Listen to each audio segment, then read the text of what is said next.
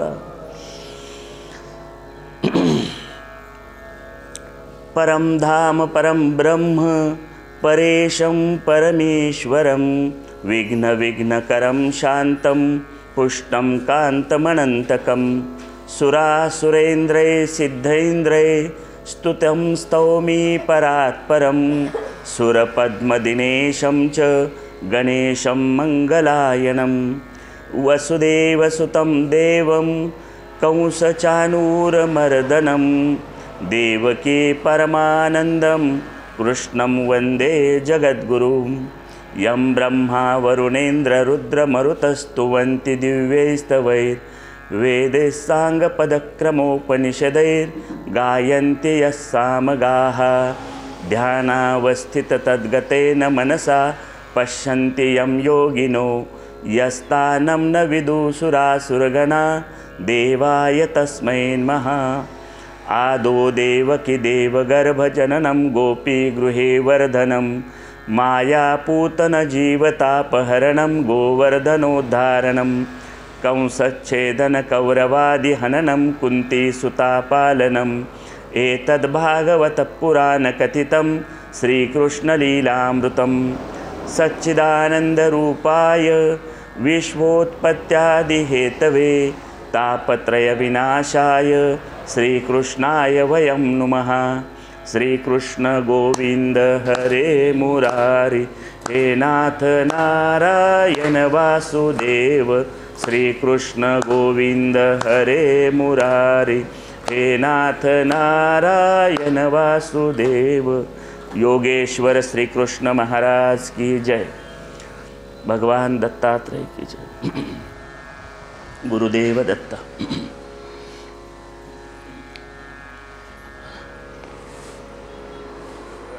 आज आपण भागवताच्या तिसऱ्या स्कंदाला सुरुवात करतो आणि खरं भागवत हा खरा ग्रंथ या तिसऱ्या स्कंदापासून सुरू होतो।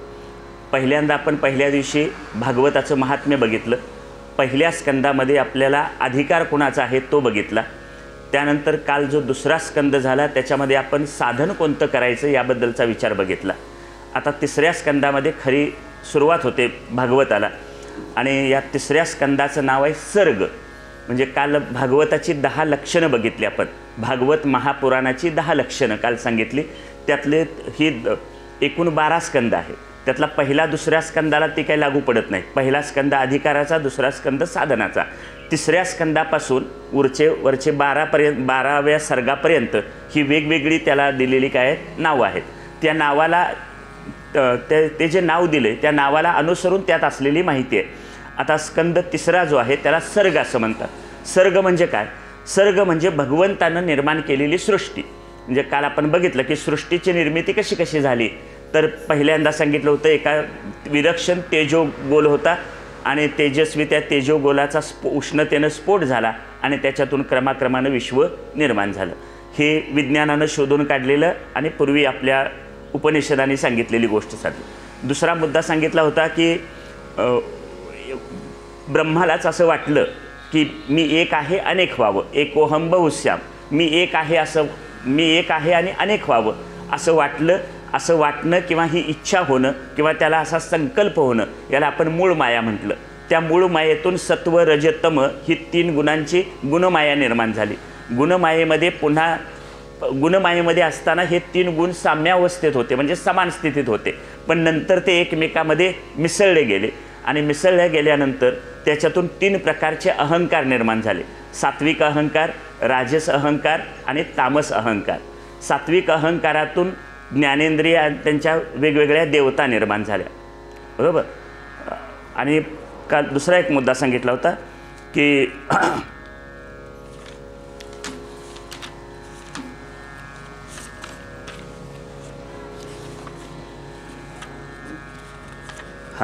सात्विक अहंकारापासून मन, बुद्धी आणि देवता निर्माण झाल्या। राजस अहंकारापासून 5 कर्मेंद्रिय, 5 ज्ञानेंद्रिय आणि 1 मन असं 11। आणि तामस अहंकारापासून पृथ्वी, आप, तेज, वायू, आकाश ही पंचमहाभूतं निर्माण झाली। तिसरा टप्पा सांगितला होता भागवत पुराणामध्ये भगवान नारायणांच्या नाभी कमलातून ब्रह्मदेवाची उत्पत्ती झाली। ब्रह्मदेव प्रगट झाले, त्यांनी तप केलं। नारायणाने त्यांना सृष्टी निर्माण करण्यासाठी लागणारी क्षमता आणि शक्ती दिली आणि त्यानंतर ब्रह्मदेवाने काय केली, ही सृष्टी निर्माण केली. आता ब्रह्मदेवाने जी सृष्टी निर्माण केली भगवंताच्या शक्ती प्रदान घेऊन, त्याबद्दलची माहिती या 3ऱ्या स्कंदामध्ये आहे. म्हणून सर्ग म्हणजे भगवंतानं केलेली सृष्टी. आता ही सृष्टी आपल्याला दिसत नाही. का दिसत नाही, तर ती आत आहे. काय आहे, सूक्ष्म रूपात आत आहे. हे शरीर आहे, हे स्थूल आहे, पण आत मन कसं आहे, सूक्ष्म आहे. ह्या स्थूल शरीराच्या आत एक सूक्ष्म देह आहे. आपण रात्री झोपतो, रात्री झोपल्यानंतर झोपेत मध्येच एक 5-10 मिनिटाचं स्वप्न पडतं. आता त्या स्वप्नामध्ये आपण अनेक गोष्टी निर्माण होतात आपोआपच. खरं तर समजा मी एक स्वप्न सांगतो तुम्हाला. मला एकदा स्वप्न पडलं की कृष्णा नदीला महापूर आला आहे आणि एवढ्या मोठ्या कृष्णा नदीला आलेल्या प्रचंड महापुरातून मी त्या महापुरात उडी मारली आणि अलीकडच्या काठावरून पलीकडे पोहत गेलो. आता मी झोपलोय कुठं, 10 बाय 10च्या एका खोलीत, आणि माझ्या स्वप्नात आलं काय, कृष्णा नदीचा प्रचंड मोठा महापूर. आता तो महापूर यात आत मावला कसा, मी 10 बाय 10च्या खोलीत एका कॉटवर झोपलोय, बरोबर. पण ही काल्पनिक सृष्टी काय झाली, आत माझ्या स्वप्नामध्ये निर्माण झाली. म्हणजे आपण म्हणतो मनी वसे ते स्वप्ने दिसे. म्हणजे मन ज्या ज्या कल्पना करतं त्याच कल्पना आपल्याला कशा दिसतात, स्वप्नात दिसतात. मग आता स्वप्नात डोंगर दिसले, प्रचंड मोठा महापूर आलेला दिसला, आणखी काही बऱ्याचशा गोष्टी दिसल्या. त्याच्यात त्या महापुरात मी उडी मारली आणि अलीकडच्या काठावरून पलीकडे पोहत गेलो. आता हे तुम्ही मला खोटं म्हणाल काय, मी पाहिलेलं काय आहे, स्वप्न आहे. आता ही स्वप्नाची जी काल्पनिक सृष्टी होती ही मला सकाळी जाग आल्यानंतर काही टिकली नाही, कारण ती मानससृष्टी आहे, मनानं तयार केलेल्या कल्पना आहेत, त्याला कुठला भौतिक आधार नाही. त्यामुळं मला जाग आल्याबरोबर हे स्वप्न होतं, ते स्वप्न काय झालं, नाही झालं. आता ही भगवंतानं निर्माण केलेली सृष्टी म्हणजे ब्रह्मदेवानं जी निर्माण केलेली सृष्टी आहे, ही सृष्टी केवळ मानसिक स्तरावरची आहे. काल मी म्हटलं त्यांचे सनत कुमार हे 4 पुत्र होते, हे त्यांचे मानसपुत्र होते. मानसपुत्र म्हणजे काय, मनानं केलेली ते काय आहे, कल्पना आहे. आता हे त्यांचे मानसपुत्र. तसंच ते आहे की ही भगवंताच्या इच्छेनं किंवा भगवंताच्याकडून सामर्थ्य प्राप्त करून घेऊन ब्रह्मदेवाने ही मानससृष्टी काय केली, निर्माण केली. पण मानससृष्टी निर्माण केली असली तरी ती भौतिक जगात टिकत नाही. जसं स्वप्न टिकून राहत नाही तशी ही मानससृष्टी टिकत नाही, त्याला कशाचा तरी भौतिकाचा आधार पाहिजे. मग त्या भौतिकाचा आधार घेऊन ही सृष्टी निर्माण करण्याचा नंतर ब्रह्मदेवाने काय केला, प्रयत्न केला. आता या 3ऱ्या स्कंदामध्ये काही 1-2 गोष्टी येतात, कथा येतात. त्या कथा सांगायच्या अगोदर त्यातलं जे तत्त्वज्ञान आहे किंवा त्याचा जो तात्पर्य भाग आहे त्याचा आपण विचार करणार आहोत सारांशाने. ह्याच्यामध्ये एक सूत्र संपूर्ण स्कंदामध्ये वापरलं की जे काही सगळं घडतं ते भगवंताच्या इच्छेनं घडतं. काय सूत्र लक्षात ठेवायचं या स्कंदामध्ये, 3ऱ्या स्कंदात एक सूत्र लक्षात ठेवायचं, ज्या ज्या गोष्टी घडतात त्या भगवंताच्या इच्छेनं घडतात. आता इथल्या काही कथा सांगितल्यावर ह्या कशा घडल्या हे काय तुम्हाला पटणारं नाही, पण म्हणजे ही आत्ताच्या आपण युगात त्यावेळी एक लक्षात ठेवायचं की ह्या घटना कधी घडून गेलेत, 5000 वर्षापूर्वी, आणि ह्या लिहिल्यात कोणी, भगवान व्यासाने. त्यामुळं त्या काळाला अनुसरून त्या गोष्टी सांगितलेल्या असतात, त्यातलं आपण तात्पर्य तेवढं काय करायचं, स्वीकारायचं. आता ह्याच्यात एकूण 3ऱ्या स्कंदामध्ये 31 अध्याय आहेत. या 31 अध्यायांची फोड अशी आहे, पहिले 19 अध्यायामध्ये असुर सर्गाचं वर्णन केलं. असुर सर्ग म्हणजे स्कंदाचं नाव काय, सर्ग. त्याच्यात 2 भाग पडतात, एक असुर सर्ग आणि दुसरा दैवी सर्ग. पहिले 19 अध्याय हे असुर सर्गाचे आहेत आणि त्यानंतरचे 14 अध्याय हे दैवी सर्गाचे आहेत. असुर सर्ग म्हणजे बद्ध सर्ग आणि दैवी सर्ग म्हणजे मुक्त सर्ग. आता सोपी नावं दिली. बद्ध सर्ग आणि मुक्त सर्ग म्हणजे काय, आम्ही सगळेजण प्रपंचात अडकलेलो आहोत. आम्हाला 5 ज्ञानेंद्रियाने मिळणारं सुख काय होतं, आवडतं. आमचा प्रपंच म्हणजे काय, आम्ही प्रपंच करतो, याचा अर्थ पंच ज्ञानेंद्रियांना ज्या ज्या गोष्टी सुखाच्या वाटतात त्या आपण स्वीकारतो, ज्या दुःखाच्या वाटतात त्या टाळण्याचा प्रयत्न करतो. म्हणजे आपण संसारात बंदिस्त झालेली, संसाराच्या बंधनात असलेली माणसं आहोत. म्हणून जो संसाराचं चिंतन करतो तो असुर सर्गात आहे आणि जो मोक्षाचं आणि भगवंताचं चिंतन करतो तो कोणत्या सर्गात आहे, मुक्त सर्ग. लक्षात आलं. सर्ग म्हणजे सृष्टी, पण ही सृष्टीसुद्धा 2 प्रकारची आहे, एक बद्ध सृष्टी आणि दुसरी मुक्त सृष्टी. एक कर्मप्रधान सृष्टी, दुसरी ज्ञानप्रधान सृष्टी. ही त्यालाच दिलेलं नाव आहे. ज्याला मी असुर म्हटलं त्यालाच बद्ध म्हटलं, ज्याला बद्ध म्हटलं त्यालाच मी काय म्हटलं, कर्मप्रधान सृष्टी म्हटलं. नंतर दैवी सर्ग म्हटलं, दैवी सर्गालाच मुक्त सृष्टी म्हटलं, मुक्त सर्ग, आणि त्यालाच नाव दिलं ज्ञानप्रधान सृष्टी. कर्म सृष्टीच्या भाषेत बोललं तर कर्मप्रधान सृष्टी, ज्ञानप्रधान सृष्टी. कळलं? बद्ध सृष्टी, बद्ध सर्ग आणि मुक्त सर्ग. आणि आता ह्याच्यात वापरलेला जो शब्द आहे तो कुठला सांगितला? असुर सर्ग आणि दैवी सर्ग. भगवद्गीतेमध्ये एक अध्याय आहे, 14वा अध्याय, त्याच्यात दैवासुर संपत्ती योग म्हणून असं नाव सांगितलं आहे. दैवी संपत्ती आणि असुर संपत्ती. मग असुर म्हणजे काय? असुर शब्दाचा अर्थ कोणाला माहिती आहे? कुणाला? आपण म्हणू की असुर म्हणजे, मला मी विचारलं असुर म्हणजे काय? असुर म्हणजे राक्षस म्हणतात. असुर म्हणजे राक्षस, पण असुर म्हणजे राक्षस नव्हे. राक्षस त्याचा तो शब्द बरोबर आहे, पण असुर म्हणजे राक्षस नव्हे. असुर शब्दाचा अर्थ काय? असुर म्हणजे, असुर शब्दातला मूळ शब्द आहे असू. असू म्हणजे देह, देहात रमलेला, देहाच्या सुखात तल्लीन झालेला, त्याला काय म्हणायचं? असू. हे शरीर म्हणजे मी आहे.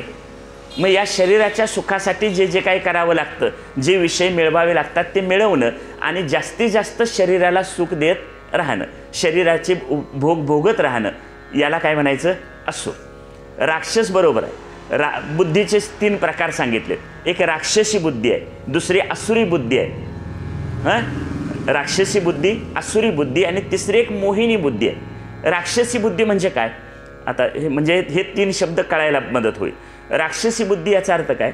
राक्षसी बुद्धी म्हणजे मी असं म्हणतो, माझं नुकसान झालं तरी चालेल, मी संपलो तरी चालेल, पण ह्यांना संपल्याशिवाय सोडणार नाही. ह्याला कुठली बुद्धी म्हणायचं? राक्षसी. राक्षसी बुद्धी म्हणजे मी संपून गेलो, माझा मृत्यू झाला तरी चालेल, पण ह्यांना मी सोडणार नाही. म्हणजे आपल्याबरोबर दुसऱ्याचा काय करायचा? नाश करायचा. ह्याला कुठली बुद्धी म्हणतात? राक्षसी बुद्धी. ह्याला राक्षसी बुद्धी म्हणतात. आता ही राक्षसी बुद्धी म्हणजे काय? आपलं नुकसान झालं तरी दुसऱ्याचं केल्याशिवाय सोडायचं नाही. एक बोधकथा सांगतो. आम्ही 1ली 2रीला शिकत असताना ती होती कथा. आम्हाला गोष्टीरूपी इतिहास नावाचं पुस्तक होतं, त्याच्यात ती कथा. एक गाव होतं तुमच्या गावासारखंच. 2 शेजारी होते एकमेकाच्या जवळ राहणारे. दोघांचं एकमेकाशी अजिबात पटत नव्हतं, पण दोघांचं एकमेकाशी पटत नसलं तर दोघांचं मात्र भगवान विष्णूंशी पटायचं. ते दोघं भगवान विष्णूंचे भक्त होते. 12 वर्ष दोघांनी भगवान विष्णूंची उपासना केली, भक्ती केली. आणि मग 12 वर्षांनी भगवान विष्णू प्रसन्न झाले आणि त्यातल्या एकाच्या दारात आले. एकाच्या दारात आल्याने त्याला म्हणाले, तुला काय पाहिजे ते माग, पण एक अट आहे. मागण्याचा पहिला मान तुला, पण तुझा जो शेजारी आहे तो सुद्धा माझा भक्त आहे. मी दुसऱ्यांदा काय करणार? त्याच्याकडे जाणार आणि त्याच्याकडे गेल्यानंतर त्याला सुद्धा मी काही देणार आहे, पण तू जे मागशील त्याच्या दुप्पट त्याला देणार. तू जे मागशील त्याच्या दुप्पट त्याला देणार. म्हणजे आता आत्ताच्या भाषेत येऊया आपण. तू 1 घर मागितलंस तर त्याला किती घरं? 2 घरं. तू 1 गाडी मागितलीस तर त्याला 2 गाड्या. तू 1 एकर शेती मागितलीस तर त्याला 2 एकर. मग आता तो जरा राक्षसी बुद्धीचा होता. तो म्हणाला, माझा 1 डोळा जाऊ दे. काय कळलं नाही तुम्हाला? माझा 1 डोळा जाऊ दे म्हणजे दुसऱ्याची किती जाणार? 2. याला म्हणायचं राक्षसी बुद्धी. म्हणजे आपलं नुकसान झालं तरी चालेल, पण दुसऱ्याचं नुकसान केल्याशिवाय सोडणार नाही. याला राक्षसी बुद्धी म्हणतात. दुसरी एक असुरी बुद्धी सांगितली. असू म्हणजे देहात रमणारा. तो असं म्हणतो, जगाचं काय वाटेल ते होऊ दे, पण माझं तेवढं चांगलं झालं पाहिजे. दुसऱ्यांचं काय वाटेल ते झालं तरी चालेल, पण आपलं चांगलं व्हावं. मग त्याला वाटतं की माझं 1 घर आता इथं आहे, मग 1 घर कौलवमध्ये आहे, दुसरं घर आता कोल्हापुरात व्हावं, 3रं पुण्यात व्हावं, 4थं मुंबईत व्हावं. समजा तोपर्यंत मंगळावर जर प्लॉट विकायला निघाले तर तिथला पण मी 1 घेणार. आता ह्याला काय म्हणायचं? विस्तार. हा असुरी म्हणजे स्वतःच्या देहाच्या शरीराच्या सुखात रमलेला माणूस संसाराचा विस्तार करत जातो, संसार वाढवत जातो. असा संसार वाढवणं परमार्थाच्या आडवं येतं. काय वाक्य म्हटलं कळलं? हा असा संसार वाढवत नेणं. मग केवळ संसाराचा विस्तार केला तर परमार्थ कधी करणार? पण त्याला परमार्थापेक्षा महत्त्व कशाला वाटतं? संसाराला वाटतं. असा जो संसाराला महत्त्व देणारा, शरीराच्या सुखाला महत्त्व देणारा आहे, त्याला म्हटलंय असुर. मग या अर्थानं आपण इथं बसलेले सगळेजण कोण आहे? आता असुर शोधायला दुसरे कुठं जायचं नाही. आपण सगळे असुरच आहे. म्हणजे अजूनही आपण कशात रमलेलो आहोत? प्रपंचात रमलेलो आहोत. आता त्याच्या पुढचा भाग दैवी सर्ग. दैवी सर्ग म्हणजे काय? तर आपण ज्याला भगवंताबद्दल ऐकायला आवडतं, परमात्मा आवडतो, परमात्म्याबद्दलचं जो चिंतन करतो, त्याला कुठला सर्ग म्हणायचा? दैवी सर्ग. हा दैवी सर्ग, म्हणजे संसारासक्त्याला लागू पडतो तो असुर सर्ग आणि पारमार्थिकाला लागू पडतो तो दैवी सर्ग. मग आता सर्ग म्हणजे सृष्टी, ही बाहेर कुठं बघायची नाही, तर आपल्या आतच बघायची. आपण कुठल्या सृष्टीत आहोत? असुर सृष्टीत आहोत का दैवी सृष्टीत आहोत? असुर सर्गात आहोत का दैवी सर्गात आहोत? आणि असुर हे कर्मप्रधान आहे.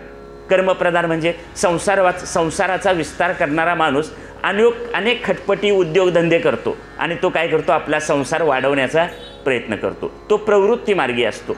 पण दैवी सर्गातला माणूस त्यातनं बाजूला येतो, तो सगळा संसार आवरता घेतो, त्याच्यातून तो बाहेर पडतो आणि केवळ परमात्म्याचं चिंतन करत राहतो. आणि परमात्म्याचं चिंतन करण्यासाठी लागणारी जी आपली योग्यता आहे, आपल्याकडे काही गुण असतात, ते गुण मिळवण्याचा काय करतो? प्रयत्न करतो. मग आता आपण लक्षात ठेवायचं, आम्हाला प्रपंच करायचा असेल, करावासा वाटत असेल तर आपण असुर सर्गात आहे म्हणायचं. आम्हाला परमार्थ करावासा वाटत असेल तर आपण कुठल्या सर्गात आहे? दैवी सर्गात आहोत असं म्हणायचं. आता मगाशी मी एक उल्लेख केला की गीतेमध्ये भगवद्गीतेनं सांगितलं आहे दैवी संपत्ती आणि असुरी संपत्ती. असुरी संपत्तीचा एक श्लोक सांगितला आहे गीतेत, दंभो दर्पाभिमानश्च क्रोध पारुष्यमेवच अज्ञानम चाभिजातस्य पार्थ संपदीमासुरीम. ढोंग, घमेंड, अभिमान, संताप, निष्ठुरता, अज्ञान ही सगळी असुरी संपत्ती आहे. आणि ही असुरी संपत्ती म्हणजे केवळ शरीराच्या स्तरावर जगणारा माणूस, त्याला आपण कुठून आलो, आपण कुठं जाणार आहे, आपल्या जीवनाचं ध्येय काय, ह्याच्याबद्दल त्याच्या डोक्यात कुठलाही विचार नसतो. केवळ संसार करणे आणि संसारातला उपभोग घेणे या पलीकडे त्याला काही सुचत नाही, म्हणून त्याला कुठला सर्ग म्हणायचं? असुरी सर्ग. आता भगवद्गीतेनं दुसरी प्रकार सांगितला दैवी गुणसंपदा. दैवी गुणसंपदेचे एक श्लोक सांगितला, अभयम सत्व संशुद्धिर ज्ञानयोग व्यवस्थिती दानम दमश्च यज्ञश्च स्वाध्यायस्तप आर्जवम. अभय म्हणजे निर्भयता, अंतकरणाची शुद्धी, ज्ञान, कर्म यांच्या ठिकाणी निष्ठा, दान, भगवंताचं पूजन, स्वधर्माचं पालन, तप, मनाचा सरळपणा, निर्वैरता म्हणजे कुणाशीही वैर नसणं आणि सत्य ही दैवी गुणसंपदा इथं सांगितली. आता ह्या आपला जो तिसरा स्कंद चालला आहे, या तिसऱ्या स्कंदामध्ये असुर सर्गामध्ये एक कथा येते, ती हिरण्याक्ष आणि हिरण्यकशिपू. प्रल्हादाची गोष्ट माहीत आहे, हिरण्यकशिपू आणि प्रल्हाद. तर त्याच्या अगोदर ती कथा 7व्या स्कंदात येते, पण आत्ता फक्त हिरण्याक्षाची कथा आलेली आहे ह्याच्यात. असुर सर्गात हिरण्याक्ष आणि हिरण्यकशिपू यांचं आख्यान येतं आणि दैवी सर्गामध्ये कपिल मुनी आणि देवहूती यांचं आख्यान येतं. आता ह्याच्यातला फरक असा आहे, असुर सर्गामध्ये एक गोष्ट सांगितली, ती दिती कश्यप नावाचे ऋषी आहेत. कश्यप नावाची ऋषी आणि त्यांच्या 2 पत्नी, एकीचं नाव आहे दिती आणि दुसरीचं नाव आदिती. आता ही दिती आपल्या कश्यप मुनीला म्हणजे नवऱ्याला कसा त्रास देते याबद्दलची कथा आहे. आणि दुसरी देवहूती आणि कर्दम ऋषी यांचा विवाह झाला, तो दैवी संपत्ती ह्यातला भाग आहे. देवहूती आपल्या पतीची, कर्दम ऋषींची सेवा कशी करते, म्हणजे पत्नी पतीला त्रास देते आणि पत्नी पतीची सेवा करते किंवा त्याच्या कार्यामध्ये मदत करते. एकीला पत्नी पतीला त्रास देते या अर्थाची एक कथा आहे आणि पत्नी पतीला त्याच्या कार्यात मदत करते या अर्थाची एक कथा आहे. पहिली कथा आहे ती बद्ध सर्गातली, कर्मप्रधान, त्याचे 19 अध्याय आहेत. आणि दुसरी जी पत्नी पतीची सेवा करते हा मुक्त सर्ग किंवा दैवी सर्ग सांगितला आहे, त्याचे 14 अध्याय आहेत. म्हणजे या 19 अध्यायात आणि 14 अध्यायात या काय झालेले आहेत? कथा आलेल्या आहेत. आता त्यातली पहिली कथा आपण बघूया, दिती आणि कश्यप. कश्यप शब्दाचा उलटा अर्थ करायचा, पश्यक. काय शब्द सांगितला? कश्यप. कश्यपचं उलटं करायचं पश्यक. पश्यक शब्दाचा अर्थ पुढील भविष्य जाणणारा. पुढील भविष्य जाणणारा म्हणजे पुढं काय होणार आहे त्याला अगोदर कळतं, पण कळलं तरी ते टाळता येत नाही. आपल्याला सुद्धा होतं बघा, काय होईल हे अगोदर कळतं, असं होईल असं आपण सांगतो सुद्धा, पण घडणारी गोष्ट आपल्याला टाळता येत नाही. कारण सर्गातलं मुख्य लक्षण काय सांगितलं? जे काही सगळं घडतं ते कुणाच्या इच्छेनं घडतं? भगवंताच्या इच्छेनं घडतं. मग आता कश्यप शब्दाचा अर्थ आहे पश्यक. पश्यक शब्दाचा अर्थ आहे पुढील भविष्य जाणणारा. या कथेत प्रत्येक गोष्टीची एक वेळ ठरलेली असते, याला महत्त्व दिलं. प्रत्येक गोष्टीची एक वेळ ठरलेली असते. झोपावं कधी याची वेळ ठरलेली आहे. उठावं कधी याची वेळ ठरलेली आहे, जेवण कधी करावं याची वेळ ठरलेली आहे. म्हणजे या वेळा काय केल्या पाहिजेत, आपण पाळल्या पाहिजेत, या वेळा सांभाळल्या पाहिजेत. पण आत्ता कलियुगात आपण यात कुठल्या वेळेला महत्त्व राहिलेलं नाही. आमच्यावर त्यामुळं प्रचंड ताणतणाव वाढलेत आणि वेळ सांभाळत नाही याचा अर्थ आपण कोणतेही नित्य नियम पार पाडत नाही. काय ऐकावं, काय बोलावं, काय खावं हे सुद्धा काय केलं पाहिजे, निश्चित ठरवलं पाहिजे. शास्त्रानं जे सांगितलं त्याप्रमाणे आचरण केलं तर आपलं जीवन सुखाचं होतं. अनेक धर्म आहेत, अनेक संप्रदाय आहेत, अनेक विचारधारा आहेत, विज्ञानानं अनेक शोध लावलेत. या सगळ्यांचा हेतू एकच आहे, माणसाचं जीवन सुखाचं व्हावं. बरोबर काय चूक? विज्ञान कशासाठी प्रयत्न करतं, माणसाचं जीवन सुखाचं व्हावं म्हणून. तुम्हाला पाट्यावर वंट्यावर मसाला करावा लागत होता किंवा हातानं धुणं धुवायला लागत होतं, तो त्रास कोणी कमी केला, विज्ञानानं कमी केला. म्हणजे विज्ञानानं कशासाठी प्रयत्न केले, माणसाचं जीवन सुखाचं व्हावं.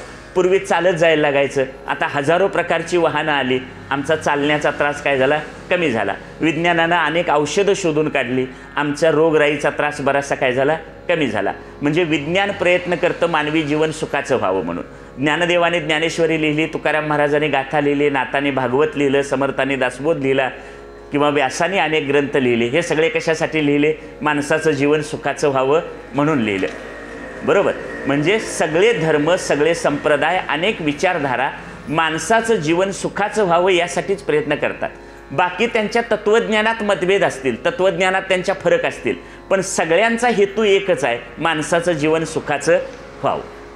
माणसाला सुख मिळावं एवढ्या एकाच हेतूनं सगळ्या गोष्टींची काय झालेली आहे, निर्मिती झाली आहे. मग शास्त्रसुद्धा आम्हाला सांगतं, संसार कसा करावा ह्याचं पुस्तक नाही.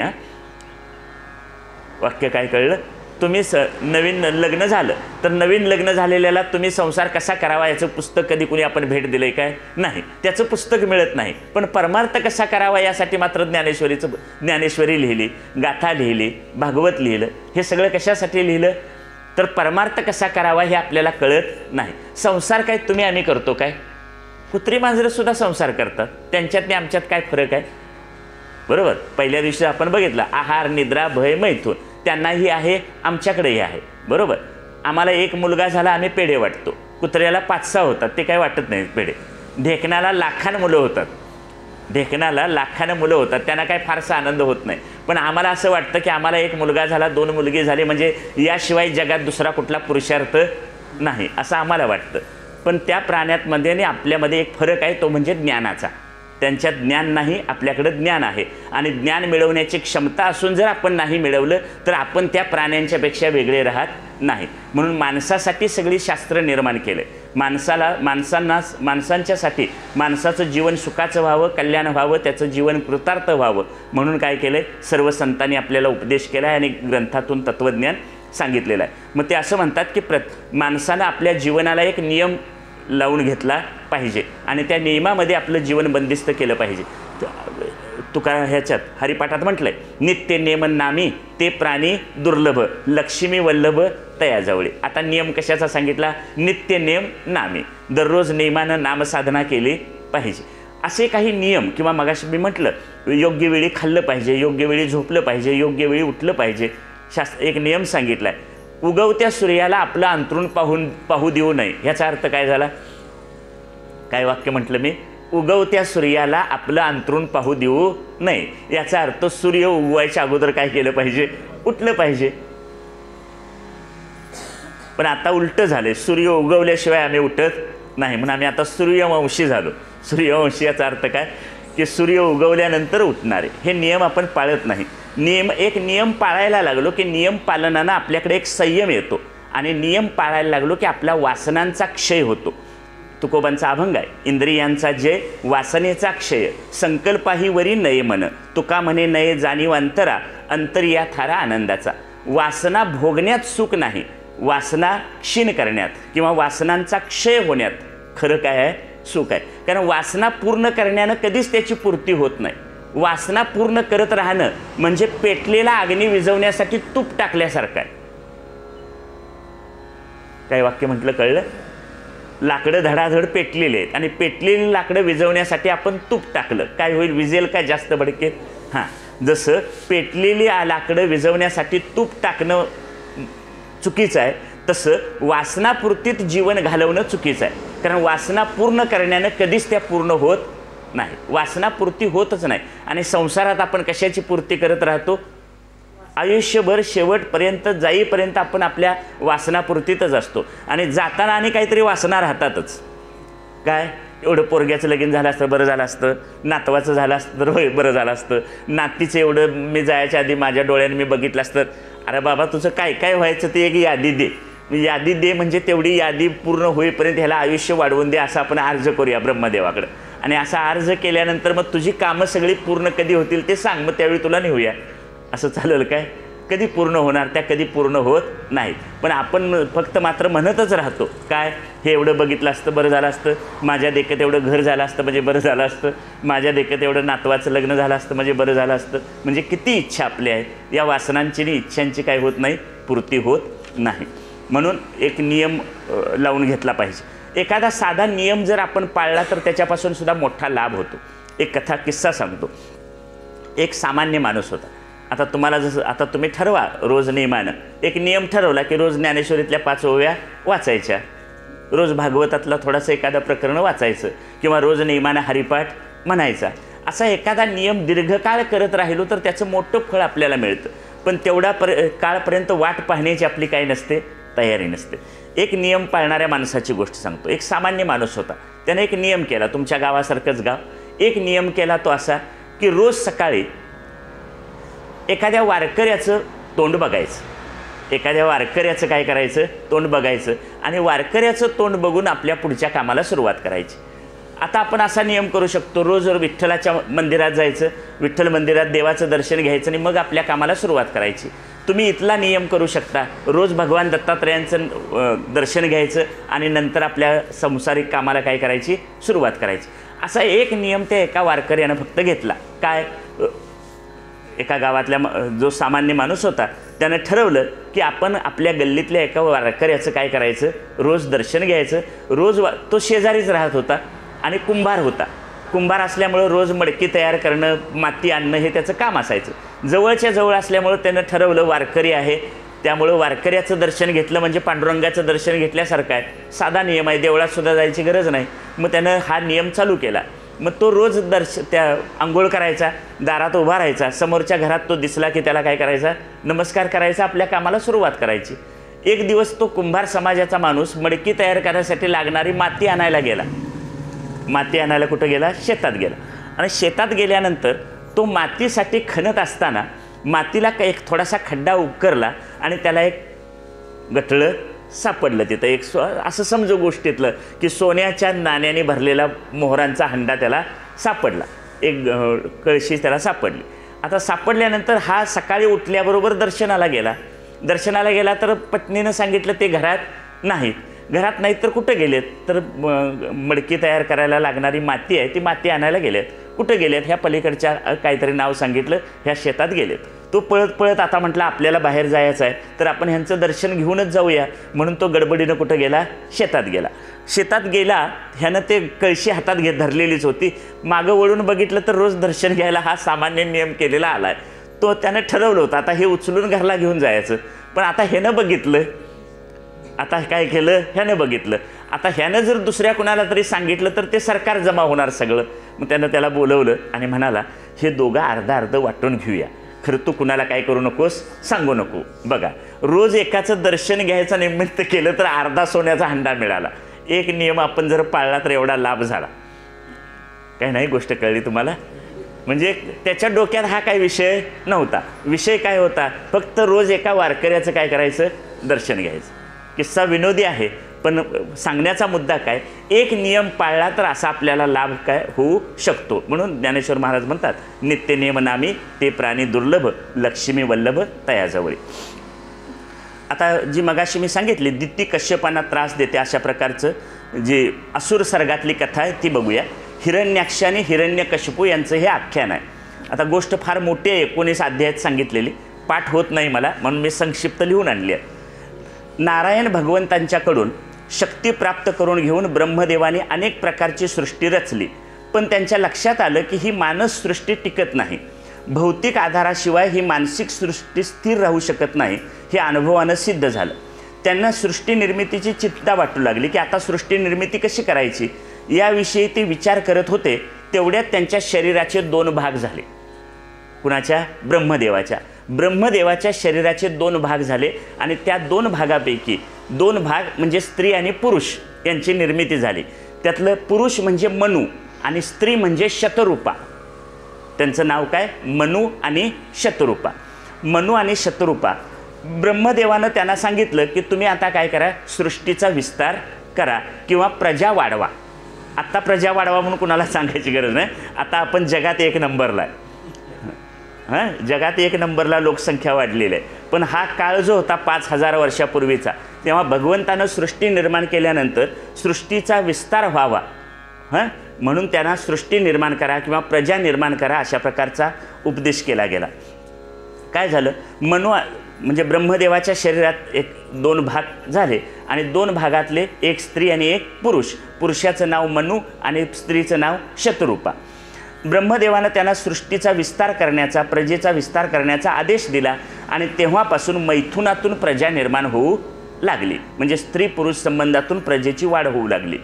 आता मनु म्हणाले, ब्रह्मदेवाने जेव्हा त्यांना सृष्टी प्रजोत्पादन करा, प्रजा निर्मिती करा, सृष्टी निर्माण करा असं सांगितलं, तेव्हा मनु म्हणतात आम्ही सृष्टीचा विस्तार करू पण आम्हाला तुम्ही राहायला जागा द्या. सृष्टीचा विस्तार केलायचा, प्रजा वाढवायची, पण आम्ही राहायचं कुठं?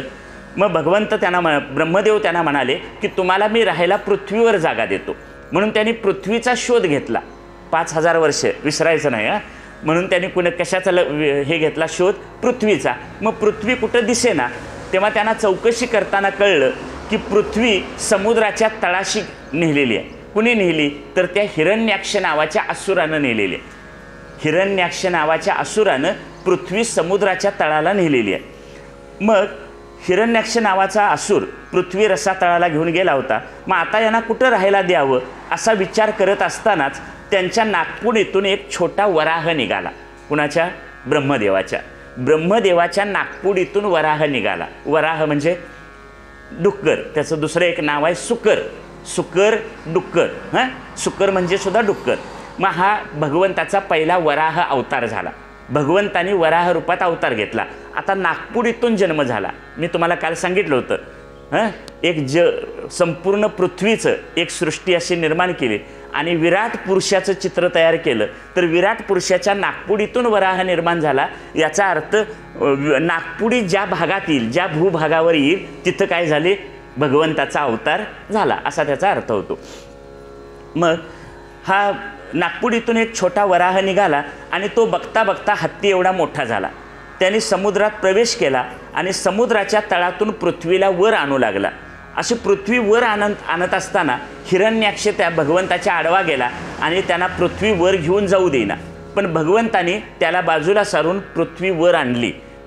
पृथ्वीला वर आणून ठेवलं आणि नंतर त्यांनी हिरण्याक्षाचा वध केला. आता हिरण्याक्षाचा वध केल्यानंतर सगळे ऋषी, देवता, मुनी, वराह भगवंताची स्तुती करू लागले. आता हिरण्याक्ष शब्दातला एक अर्थ आहे. आता तो असुर तिकडे शोधायला जायचा नाही. हिरण्याक्ष शब्दातला मूळ शब्द आहे हिरण्य. हिरण्य म्हणजे सोनं. ज्याचा सोन्यावर डोळा आहे त्याला म्हणायचं हिरण्याक्ष. आता इथं कोण हिरण्याक्ष नाही? आपण इथं बसलेले सगळे काय आहेत? हिरण्याक्ष आहोत. म्हणजे आम्हाला सोनं आवडतं, सोन्यावर आमचं लक्ष आहे. बरोबर? हिरण्याक्ष शब्दाचा अर्थ काय? हिरण्य म्हणजे सोनं. ज्याचा सोन्यावर, धनावर डोळा आहे त्याला काय म्हणायचं? हिरण्याक्ष. आणि तो कोण आहे? असुर आहे. म्हणजे असुर शोधायला आता दुसरीकडे कुठं जायची गरज नाही. आपण सगळे कोण आहोत? म्हणा की असुरच आहोत आपण. चला पुढं. आता हा जो वराहाचा जन्म, वराह अवतार झाला, त्या वराह अवताराची अशी एक फोड सांगितली की वराह म्हणजे डुक्कर. हे नेहमी तिथं एक शब्द दिला आहे सुकर, आणि सुकराची व्याख्या सांगितली. सु करती इति सुकरा. म्हणजे जो सु करणे म्हणजे हुंगणे. गंध हा पृथ्वीचा गुण आहे. गंध हा काय आहे? पृथ्वीचा गुण आहे. आणि तो सुकर काय करतो? पृथ्वीचा वास घेत जातो. वराह अवतार घेऊन त्यांनी समुद्रातून पृथ्वी काय केली? शोधून आणली. म्हणून पृथ्वीची स्थापना करण्यासाठी वराह रूपात अवतार घेणंच भगवंताला काय होतं? गरजेचं होतं. आणि आत्ता जर आपण सुकर किंवा डुक्कर बघितलं तर ते सुद्धा सगळ्या प्राण्यांचे तोंड वर आहेत, पण त्याचं एकट्याचंच तोंड कसं आहे, जमिनीला टेकलेलं आहे. तो पृथ्वीचा वास घेत, गंध घेत जातो आणि दुसरं काम करतो, पृथ्वीवर जी घाण मिळेल, जी घाण असेल ती सगळी काय करतो, काढून टाकण्याचं, भक्षण करण्याचं काम करतो. म्हणजे पृथ्वीवरची घाण काढून त्याला स्वच्छ करण्याचं आणि पृथ्वीला हुंगत जाण्याचं काम कोण करतं, सुकर करतो. म्हणून त्याचं नाव दिले सुकर. आणि त्याला सांगितलं आहे पुढं की नम कारण सुकरात. सुकर शब्दाचे दोन अर्थ. जरी भगवंत वराह रूपात कार्य म्हणून जरी दिसत असले तरी ते कार्य नाहीत, ते सगळ्या जगाचं कारण आहेत. आणि नाकाद्वारे वराहाचा जन्म झाला. पृथ्वीचा गुण आहे गंध, गंधाचं ग्रहण नाकाद्वारे होतं. म्हणून या अर्थानं वराह किंवा सुकर किंवा डुक्कर हा पृथ्वीवर प्रेम करतो. म्हणून त्याची व्याख्या सांगितली, सु करोती इति सुकरहा. तो नाकानं तिला सतत हुंगत असतो आणि पृथ्वीवरचा जो घाणेरडा भाग आहे तो याला आपण काय करतो, खाऊन टाकतो. भगवान वराह रूपात प्रगट झाले आणि त्यांनी पृथ्वीचा काय केला, उद्धार केला. आता पृथ्वीच्या उद्धाराच्या कार्यासाठी हेच रूप योग्य होतं. म्हणून त्यांनी कोणता अवतार घेतला, वराह रूपात अवतार घेतला. आता हिरण्याक्ष आणि हिरण्यकशिपू हे दोघा जणांची एक पूर्वपीठिका सांगितली. ह्या दोघांचा जन्म कसा काय झाला, हिरण्याक्ष आणि हिरण्यकशिपू हे दोन असुर कसे जन्माला आले त्याची एक कथा आहे. कश्यप ऋषी आहेत. कश्यप ऋषींच्या बरोबर दिती आणि आदिती या दोघींचा विवाह झाला. आता ह्या दोघी दक्षच्या कन्या आहेत. दक्ष म्हणून हे आहेत, त्यांच्या कन्या आहेत दिती आणि आदिती. एकदा सायंकाळची वेळ होती. संध्याकाळच्या वेळी कश्यप ऋषी संध्येला बसले होते, संध्या करायला. सूर्य मावळायच्या वेळी संध्या करायला बसलेले असताना ही जी त्यांची दिती नावाची पत्नी आहे तिच्या मनात कामवासना निर्माण झाली. काय निर्माण झालं, कामवासना निर्माण झाली. आणि तिनं कश्यप ऋषींच्याकडे ती गेली आणि तिनं म्हणाली की तुम्ही काय करा, माझी इच्छा पूर्ण करा. अशी विनंती केल्यानंतर कश्यप ऋषींनी तिला परोपरीनं समजावून सांगितलं की हे बघ, ही जी वेळ आहे आत्ताची, ही संध्यावंदनाची वेळ आहे, भगवंताचं चिंतन करण्याची वेळ आहे. त्यामुळं ही तुझी इच्छा मी काय आता पूर्ण करू शकत नाही. आणि अशा वेळी रुद्रादी देवता फिरत असतात आणि अशा वेळी जर असा संबंध घडला तर त्याचे वाईट परिणाम होतात. तेव्हा तू काय अशी इच्छा करू नकोस असं समजावून सांगण्याचा प्रयत्न केला. हे अयोग्य आहे, अधर्म होईल, ही चुकीची गोष्ट आहे, ही वेळ या कामासाठी योग्य नाही असं सांगून सुद्धा त्यांच्या पत्नीनं मात्र ही काही गोष्ट ऐकली नाही. आणि ही ऐकली नाही म्हटल्यानंतर सगळं कुणाच्या इच्छेनं घडतं, सूत्र लक्षात ठेवा, भगवंताच्या इच्छेनं घडतं. कश्यपाने विचार केला की पत्नीला एवढं समजावून सांगून सुद्धा ती ऐकत नाही म्हटल्यानंतर त्यांनी भगवंताला